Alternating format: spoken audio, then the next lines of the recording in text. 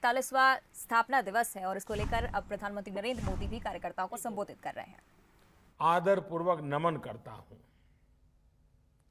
Doctor Shyama Prasad Mukherjee, Pandit Deendayal Upadhyay ji, Atal Bihari Vajpayee ji, Kushabhau Thackeray ji, राजमाता सिंधिया जी, ऐसे अनगिनत महान व्यक्तित्वों को बीजेपी के प्रत्येक कार्यकर्ता की तरफ से मैं आदरपूर्वक श्रद्धांजलि देता हूं, श्रद्धा सुमन अर्पित करता हूं। पार्टी को आकार देने वाले, पार्टी को विस्तार देने वाले हमारे आदरणीय अडवाणी जी, आदरणीय मुरली मनोहर जोशी जी जैसे अनेकों वरिष्ठों का आशीर्वाद भी हमें लगातार मिलता रहा है। पार्टी को अपना जीवन समर्पित करने वाले ऐसे हर वरिष्ठ जन को भी मैं प्रणाम करता हूं। साथियों, भारतीय जनता पार्टी के लिए हमेशा ये मंत्र रहा है कि व्यक्ति से बड़ा दल और दल से बड़ा देश। ये परंपरा डॉक्टर श्यामा प्रसाद मुखर्जी से लेकर आज तक अनवरत चली आ रही है। डॉक्टर श्यामा प्रसाद मुखर्जी के बलिदान की शक्ति है कि हम वो स्वप्न पूरा कर पाए। आर्टिकल 370 हटाकर कश्मीर को संवैधानिक अधिकार दे पाए। हम सभी ने देखा है कि कैसे अटल जी ने एक वोट से सरकार गिरना स्वीकार कर लिया, लेकिन पार्टी के आदर्शों से समझौता नहीं किया। आपातकाल में लोकतंत्र की रक्षा के लिए हमारे कार्यकर्ताओं ने कैसे कैसे कष्ट सहे। लोकतांत्रिक नैतिकता के कैसे कैसे उदाहरण दिए। हमारे देश में राजनीतिक स्वार्थ के लिए दलों के टूटने के अनेकों उदाहरण हैं, लेकिन देश हित में लोकतंत्र के लिए दल के विलय की घटनाएं शायद ही कहीं नजर मिलेगी। भारतीय जनसंघ ने ये करके दिखाया था। जनसंघ से लेकर अभी तक ये तपस्या हमारे कार्यकर्ताओं के लिए बहुत बड़ी प्रेरणा है। साथियों, पिछले साल कोरोना ने पूरे देश के सामने एक अभूतपूर्व संकट खड़ा कर दिया था। तब आप सब अपना सुख दुख भूलकर देशवासियों की सेवा में लगे रहे। आपने सेवा ही संगठन का संकल्प लिया और उसके लिए आप डटे रहे, लगे रहे और लोगों की सेवा करते रहे। जो काम आप गांव-गांव में, शहरों में कर रहे थे, घर घर पहुंच रहे थे, वैसा ही कुछ काम अंत्योदय की प्रेरणा से भाजपा की सरकारें, चाहे केंद्र हो या राज्य हो, अपना दायित्व निभाती रही। गरीब कल्याण योजना से लेकर वंदे भारत मिशन तक हमारे सेवा भाव को देश ने महसूस किया है। यही नहीं, इसी संकट काल में देश ने नए भारत का खाका खींचा और आत्मनिर्भर भारत अभियान शुरू किया। आज आत्मनिर्भर भारत अभियान गांव गरीब का, किसान का, मजदूर का, दलित का, वंचित का, महिलाओं का, युवाओं का, हर किसी का स्वयं का एक प्रकार से अभियान बन गया है। आज भाजपा से गांव गरीब का जुड़ाव इसलिए बढ़ रहा है क्योंकि आज वो पहली बार अंत्योदय को साकार होते देख रहा है। 21वीं सदी में जिन युवाओं ने जन्म लिया है वे आज भारतीय जनता पार्टी के साथ है, भाजपा की नीतियां, भाजपा के प्रयासों के साथ है। साथियों, गांधी जी कहते थे कि निर्णय और योजनाएं वो हों जो समाज की आखिरी पंक्ति में खड़े व्यक्ति तक लाभ पहुंचाए। गांधी जी की उसी मूल भावना को चरितार्थ करने के लिए हमने अथक प्रयास किया है। लास्ट माइल डिलीवरी हमारे यहां कहा जाता था, लेकिन आज देश का सामान्य मानवी लास्ट माइल डिलीवरी को साक्षात अनुभव कर रहा है। देश के हर गरीब के पास बैंक अकाउंट हो, देश के हर गरीब के पास पक्की छत हो, देश के हर गरीब को शौचालय की सुविधा मिले, हर रसोई में गैस कनेक्शन हो, हर घर में बिजली कनेक्शन हो, हर गरीब को इलाज की सुविधा हो, हर गांव में ऑप्टिकल फाइबर हो। ऐसी अनगिनत बातें जो समाज के आखिरी व्यक्ति हो या देश का आखिरी इलाका हो, इसके लिए भाजपा सरकारें चाहे केंद्र हो या राज्य में हो, हम सब मिलकर के दिन रात मेहनत की है, अपने लक्ष्यों को पाकर दिखाया है। और इन निर्णयों को, इन योजनाओं के शुरू करने के पीछे सबसे बड़ी वजह यही है कि हम संगठन में रहते हुए भी ऐसे ही कार्य करते करते करते आगे बढ़ रहे हैं। इसलिए जब सरकार में आते हैं तो और तेज गति से इस दिशा में काम करते हैं। हमारी कार्यशैली है, हम किसी से कुछ भी छीनते नहीं हैं और छीने बिना भी दूसरे के हक उसे मिले इसमें जागरूक प्रयास करते हैं।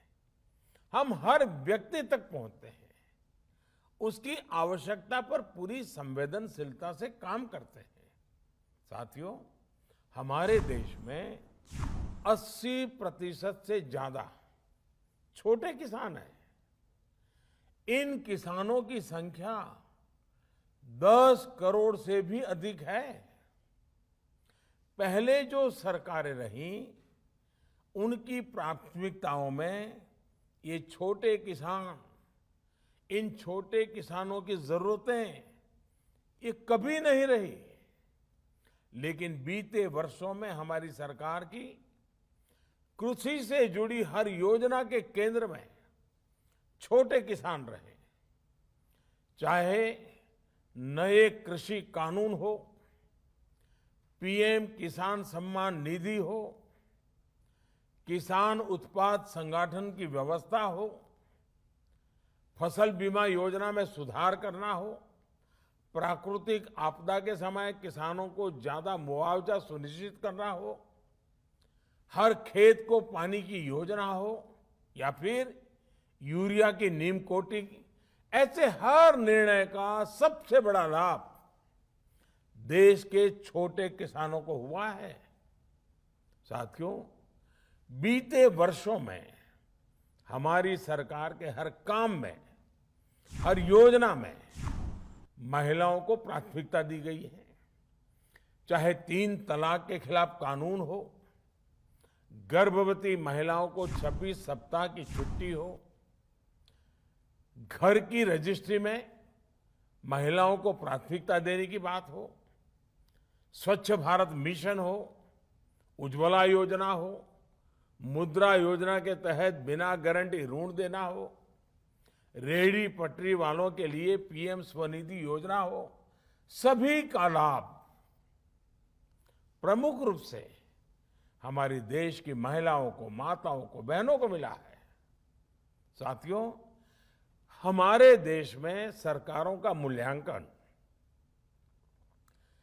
सरकार की शक्ति का आकलन, सरकार के परफॉर्मेंस की बातें ज्यादातर कौन सरकार कितनी बड़ी घोषणा करती रही है उसके ही आसपास रही है।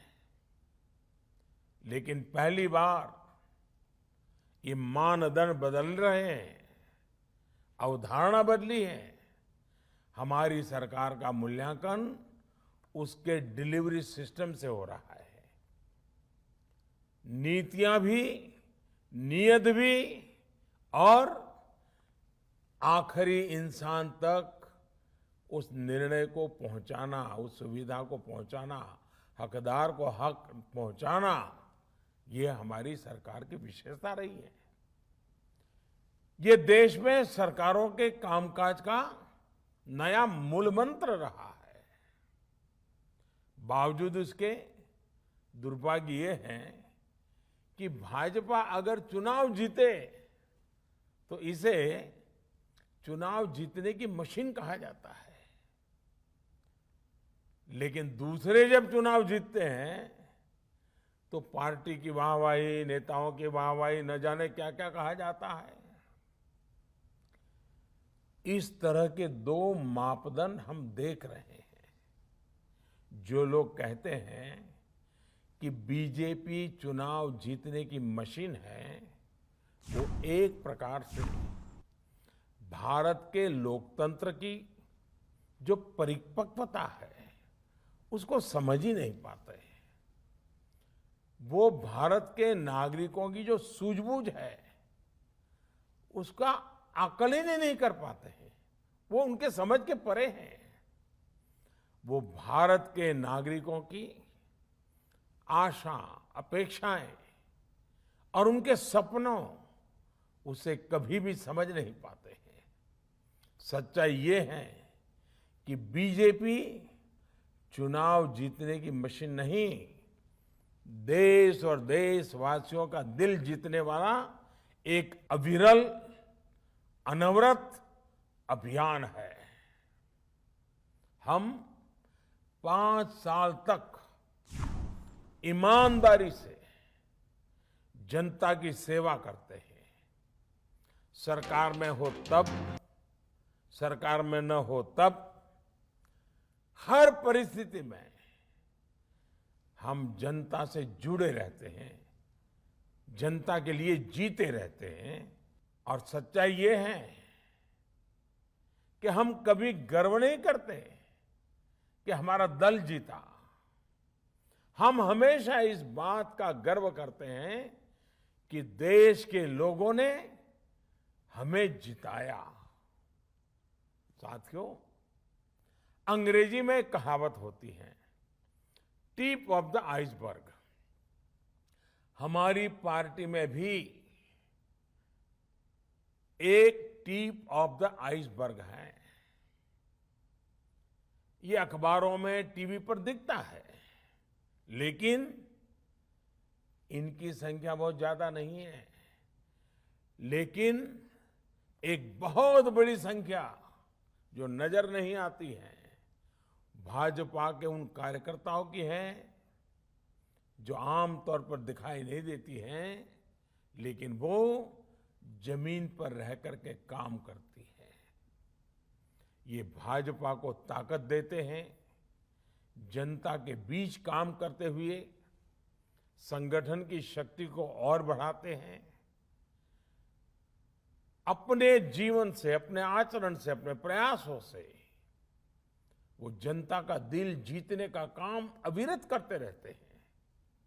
इन्हीं के प्रयासों से आज भाजपा दुनिया की सबसे बड़ी पार्टी है।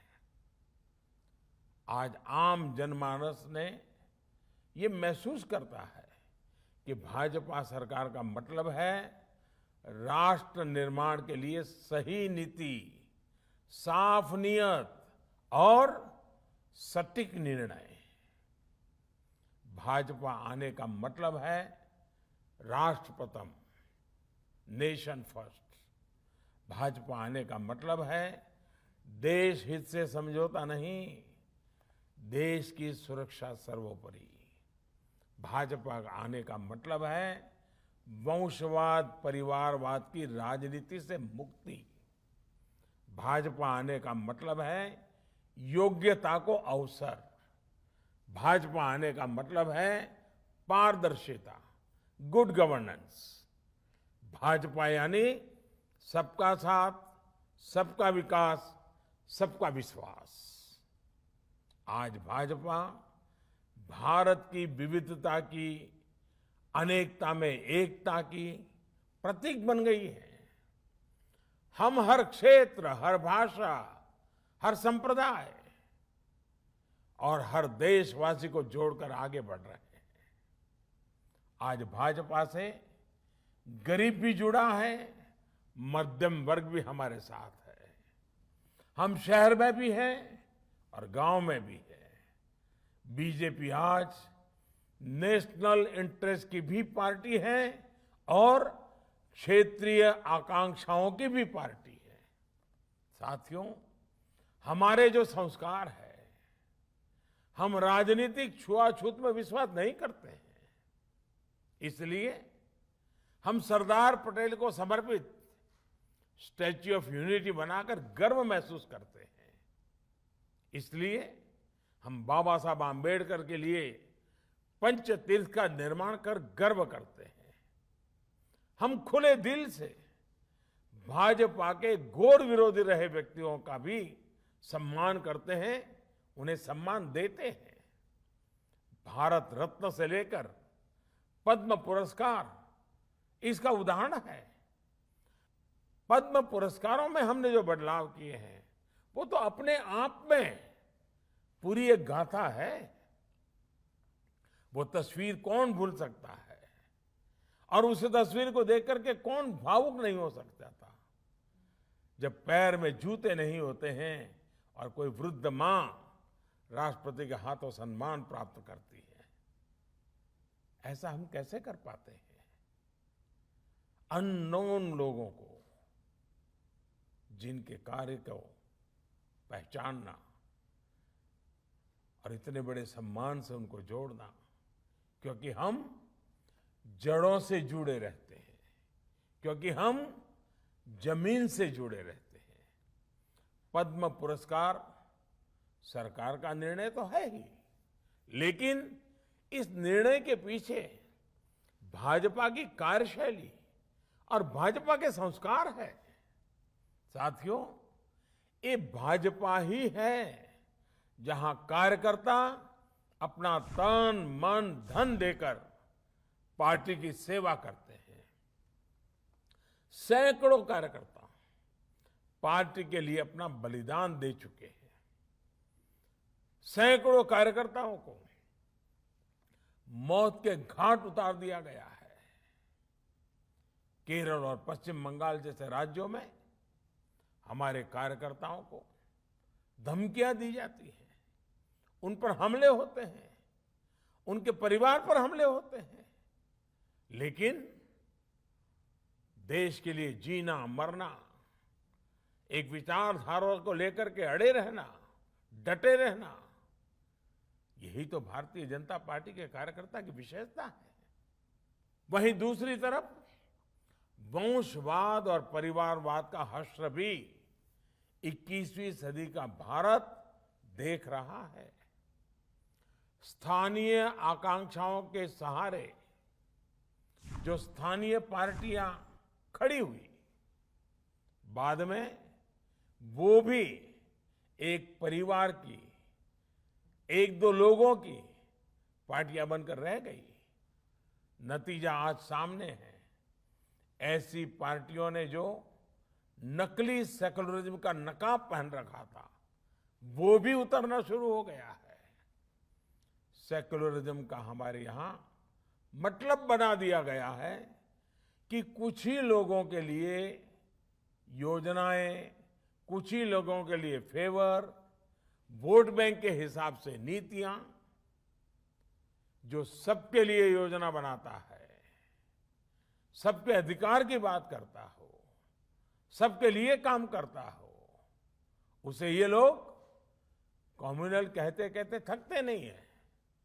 लेकिन सबका साथ, सबका विकास, सबका विश्वास के मंत्र ने आज इन परिभाषाओं को बदलना शुरू कर दिया है।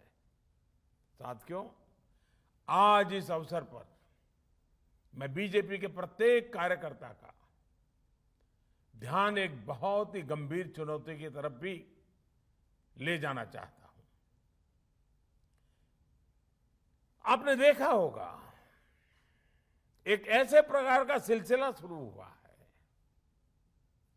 एक नई प्रकार की व्यूहरचना सार्वजनिक जीवन में आई है। और क्या है?